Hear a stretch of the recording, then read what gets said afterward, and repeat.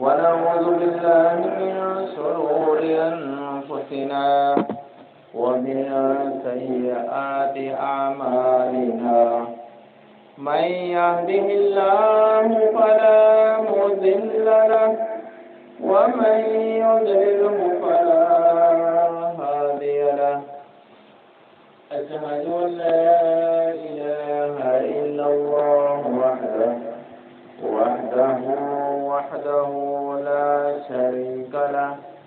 وأشهد أن محمدا عبده ورسوله أما بعد فإن خير الحديث كتاب الله وخير الهدي هدي محمد صلى الله عليه وسلم وشر الأمور محدثاتها وكل محدثة بدعة وكل بدعة ضلالة وكل ضلالة في النار أما بعد فأعوذ بالله من الشيطان الرجيم يا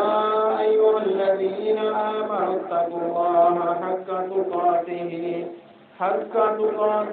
ولا تموتن إلا وأنتم مسلمون يا أيها الناس اتقوا ربكم الذي خلقكم من نفس واحدة وخلق منها زوجها وبث منهما رجالا كثيرا ونساء واتقوا الله الذي تساءلون به والأرحام إن الله كان عليكم رقيبا يا أيها الذين آمنوا اتقوا الله وقولوا قولا سديدا يصلح لكم أعمالكم ويغفر لكم ذنوبكم ومن يطع الله ورسوله فقد فاز فوزا عظيما وقال تعالى في مقام آخر وأنزلنا من السماء ماء بقدر فاسكناه في الأرض وإنا على ذهاب به لقادرون إن الله وملائكته يصلون على النبي يا أيها الذين آمنوا صلوا عليه وسلموا تسليما اللهم صل على محمد وعلى آل محمد كما صليت على إبراهيم وعلى آل إبراهيم إنك حميد مجيد اللهم بارك على محمد وعلى آل محمد كما باركت على إبراهيم وعلى آل إبراهيم إنك حميد مجيد صدق الله العظيم ہر قسم کی حمد و ثنا اللہ ذوالجلال والاکرام کے لیے خاص ہے، جو پوری کائنات کا خالق ہے، مالک ہے، رازق ہے، داتا ہے۔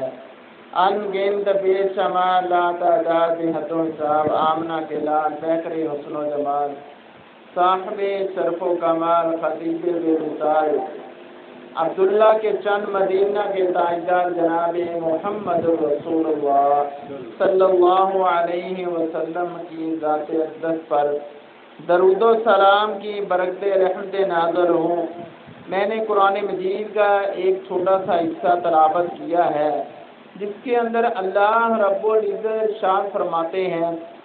وَأَنزَلْنَا مِنَ السَّمَاءِ مَاءً بِقَدَرٍ فَأَسْكَنَّاهُ فِي الْأَرْضِ وَإِنَّا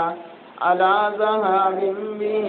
لَقَادِرُونَ فَأَنشَأْنَا لَكُم بِهِ جَنَّاتٍ مِّن نَّخِيلٍ وَأَعْنَابٍ۔ اللہ رب العزت صحیح اندازے کے ساتھ آسمان سے بارش برساتے ہیں، پانی برساتے ہیں۔ فَأَسْكَنَّاهُ فِي الْأَرْضِ، اگر وہ چاہیں تو اس کو زمین پر بھی ٹھہرا دیتے ہیں۔ وَإِنَّا عَلَى ذَهَابٍ بِهِ لَقَادِرُونَ،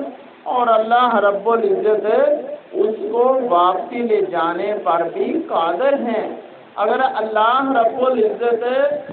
آسمان سے زمین پر بارش برساتی ہیں تو اللہ کے حکم سے آتی ہیں، اور اگر بارشیں زیادہ ہوتی ہیں تو اس کو اللہ رب العزت اپنے پاس بجا لانے پر، اپنے پاس واپس لے جانے پر بھی قادر ہیں۔ اگر اللہ رب العزت بارشیں زیادہ برساتے ہیں، اور کم کرنے والے بھی اللہ رب العزت ہیں۔ اور اللہ آگے ارشاد فرماتے ہیں فَأَنشَأْنَا لَكُم مِّن جَنَّاتٍ مِّن نَخِيلٍ وَأَعْنَابٍ، اس پانی کے ذریعے زمین پر تمہارے لیے کھجوروں اور انگوروں کے باغات پیدا کر دیے گئے ہیں، تاکہ تمہارے لیے ان میں بہت سے میوے ہوتے ہیں جسے انسان کھاتا ہے۔ آج اگر آسمان سے بارشیں نہ برسیں، قحط سالی ہو جائے تو انسان کو تو پانی کی کمی محسوس ہوتی ہے، جانوروں کو بھی پانی کی کمی محسوس ہوتی ہے، لیکن اس کے ساتھ ساتھ اگر دیکھا جائے یہ جو درخت ہے یہ بھی خشک ہو جاتے ہیں، ان کے اندر ہریالی نہیں آتی۔ ناظرین کرام، اللہ رب العزت یہ قرآن مجید کی مقدس آیات سے ہمیں پتہ چلتا ہے کہ دنیا میں سانس لینے والی مخلوق، ہر مخلوق اللہ تعالیٰ کی نعمتوں کا لمحہ بر لمحہ نزول ہوتا رہتا ہے، لیکن اللہ اکبر، اس مخلوق میں سے بہت کم انسان جو ہیں جو نعمتوں کو شکر بجا لاتے ہیں، جو اللہ کی نعمتوں کا شکر ادا کرتے ہیں، بلکہ ایک بڑی تعداد یہ ہے کہ نعمت جو جب انسان کو ملتی ہے تو انسان سست ہو جاتا ہے، غافل ہو جاتا ہے، یعنی کہ اگر انسان عام طور پر اس کو نعمت ملی تو اسے خوشی محسوس نہیں کرتا، لیکن جب اس سے نعمت چھین لی جائے تو پھر وہ اپنے رب کو یاد کرتا ہے۔ تو آج کل یہ بارشوں کا موسم ہے، یہ اللہ رب العزت کی رحمت ہے جو ہمارے اوپر برسی ہے۔ یہ ہمیں ان بارشوں کا صحیح طور پر اللہ کا شکر ادا کرنا چاہیے کہ ہمارے اوپر یہ بارشیں نازل ہوتی ہیں، چرند پرند اور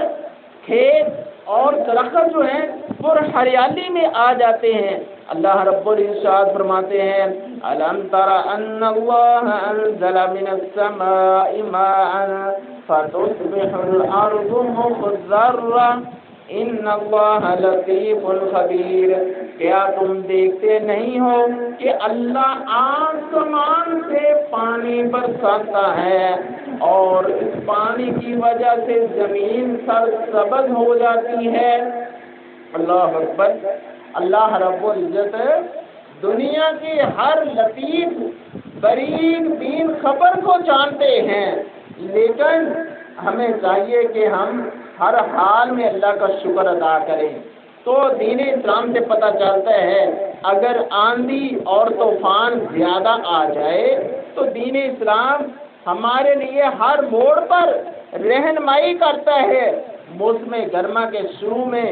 اور آخر میں جب موسم بدلتا ہے تو آندھی اور طوفان بہت زیادہ آتے ہیں، لیکن اگر آندھی اور طوفان بہت زیادہ آئیں تو بعض لوگ ایسے ہوتے ہیں کم علمی کی وجہ سے ایسے طوفان کو غلط الفاظ استعمال کرتے ہیں۔ ایسے طوفان کے بارے میں نبی کریم صلی اللہ علیہ وسلم نے فرمایا کہ جب طوفان آ جائے، سخت آندھی آ جائے تو اس کے اندر نقصان بھی ہوتا ہے، بارش برس جائے فائدہ بھی ہوتا ہے، لیکن طوفان سے تنگ آ کر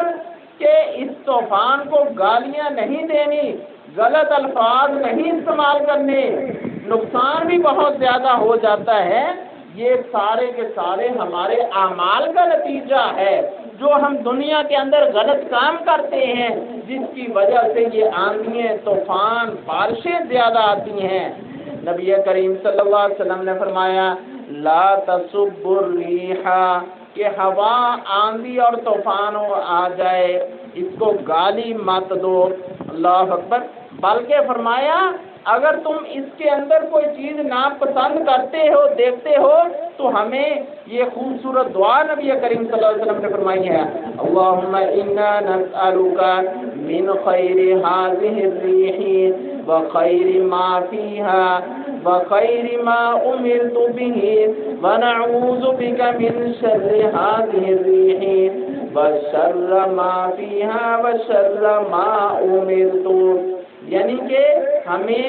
اس دعا کو پڑھنا چاہیے بجائے اس کے ہم گالی گلوچ کریں۔ اللہ اکبر۔ لیکن جب طوفان آتا تھا نبی کریم صلی اللہ علیہ وسلم کے دور میں،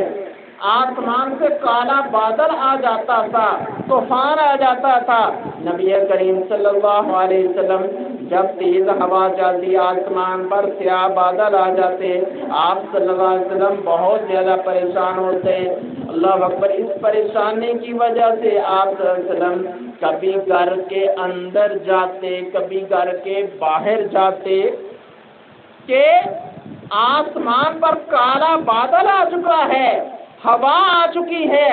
آندھی آ چکی ہے، تو نبی کریم صلی اللہ علیہ وسلم دعا کرتے، کبھی گھر سے باہر نکلتے، کبھی گھر کے اندر آتے، اور جب بارش برسنا شروع ہو جاتی، اللہ اکبر، نبی کریم صلی اللہ علیہ وسلم کے چہرے سے پریشانی کے آثار ختم ہو جاتے، پریشانی کے نشان ختم ہو جاتے۔ سیدہ عائشہ صدیقہ رضی اللہ تعالیٰ عنہ فرماتی ہے کہ میں نے اس کے بارے میں رسول اللہ صلی اللہ علیہ وسلم پوچھا، فرمایا مجھے ڈر ہے اس آندھی اور طوفان کی صورت میں میری امت پر کہیں کوئی عذاب نازل نہ ہو جائے۔ اللہ اکبر۔ جب بارش برسنا شروع ہو جاتی ہیں تو آپ صلی اللہ علیہ وسلم فرماتے ہیں یہ اللہ تعالیٰ کی رحمت ہے۔ جب کالا بادل آ جائے، طوفان آ جائے، تو ہمیں اللہ سے اپنے گناہوں کی معافی مانگنی چاہیے۔ اس لیے حضرت عائشہ کہتی ہیں مجھے یہ ڈر لگتا ہے، نبی کریم صلی اللہ علیہ وسلم نے فرمایا کہ کہیں بادل، کالے بادل کے اندر، طوفان کے اندر میری امت پر کوئی عذاب نہ آ جائے، جیسے ایک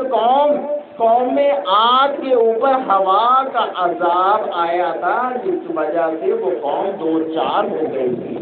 وہ قوم ختم ہو گئی تھی۔ اس لیے محترم بھائیوں، ہمیں اللہ کا شکر ادا کرنا چاہیے۔ اگر تیز آندھی آ جائے تو ہمیں اس کے اوپر صبر کرنا چاہیے، اپنے منہ سے غلط الفاظ نہیں نکالنے چاہیے۔ نبی کریم صلی اللہ علیہ وسلم نے فرمایا جب بارش نہ ہو تو ہمیں کیا کرنا چاہیے؟ ہمیں 2 رکعت ادا کرنی چاہیے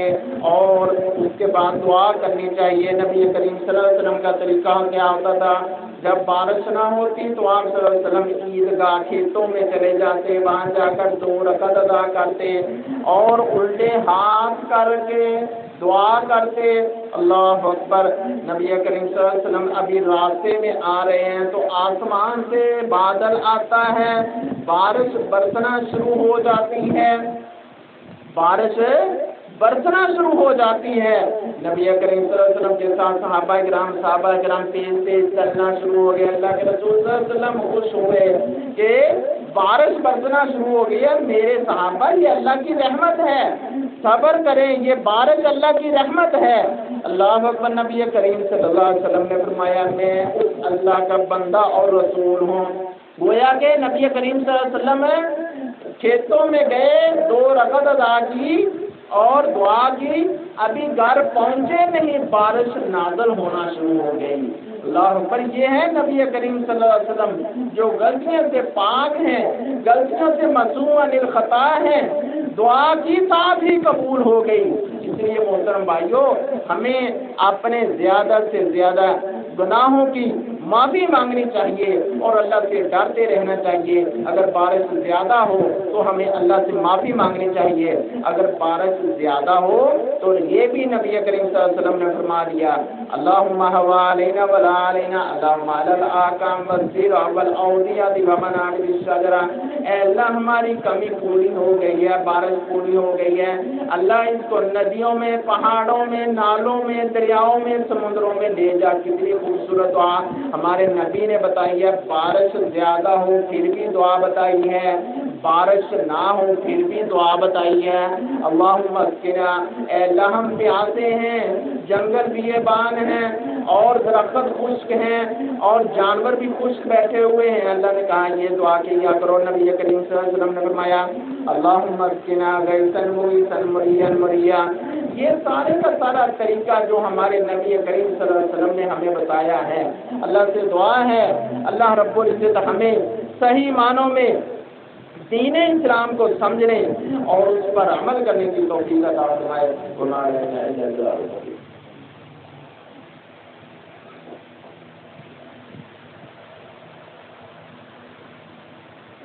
سارے ساتھی وقت پہ جمع پڑھنے کے لیے آیا کریں،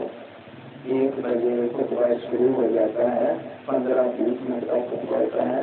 تو وقت پہ تشریف لے آ کریں۔ انشاءاللہ یہ دین کی باتیں سننے سے بہت زیادہ فائدہ ہوتا ہے، اس سے انسان کو صحیح دین کی سمجھ آتی ہے۔ کوشش کیا کریں 1 بجے بجنے سے پہلے مسجد میں آ جائے گا، اللہ عمل کی توفیق عطا فرمائے۔ الحمد للہ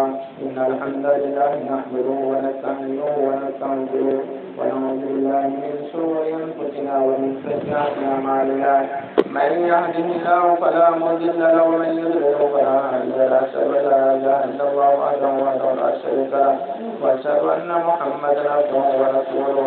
اما بعد فان خير الحديث كتاب الله وخير الهدي هدي محمد صلى الله عليه وسلم،